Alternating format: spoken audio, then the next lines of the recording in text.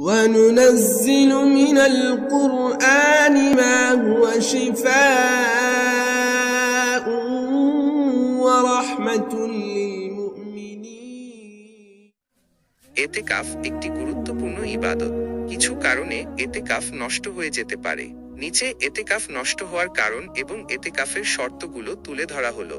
এতেকাফ নষ্ট হওয়ার কারণ: মসজিদ থেকে বের হওয়া। প্রয়োজন ছাড়া মসজিদ থেকে বের হলে এতেকাফ ভেঙে যায়। প্রাকৃতিক প্রয়োজন যেমন প্রস্রাব পায়খানা, শরীয়তসম্মত প্রয়োজন যেমন জুমার নামাজ এবং মানবিক প্রয়োজন যেমন অসুস্থ হলে ডাক্তার দেখানো ছাড়া মসজিদ থেকে বের হওয়া যাবে না। স্ত্রী সহবাস।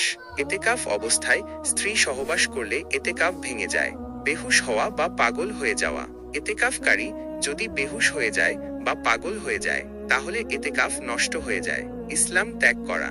কেউ যদি ইসলাম ত্যাগ করে তাহলে এতেকাফ নষ্ট হয়ে যায়। মসজিদের বাহিরে দীর্ঘ সময় থাকা। প্রয়োজন বশত মসজিদের বাহিরে গেলে অতি দ্রুত মসজিদে প্রবেশ করতে হবে। দীর্ঘ সময় বাহিরে অবস্থান করলে এতেকাফ ভেঙে যাবে। এতেকাফের শর্তসমূহ: মুসলমান হওয়া।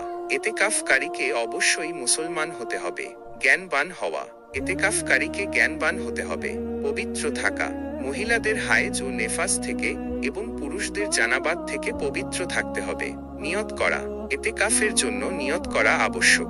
মসজিদে অবস্থান করা। জামাত হয় এমন মসজিদে এতেকাফ করতে হবে। এতেকাফ একটি গুরুত্বপূর্ণ ইবাদত, তাই এতেকাফের নিয়ম কানুন ভালোভাবে জেনে এতেকাফ করা উচিত।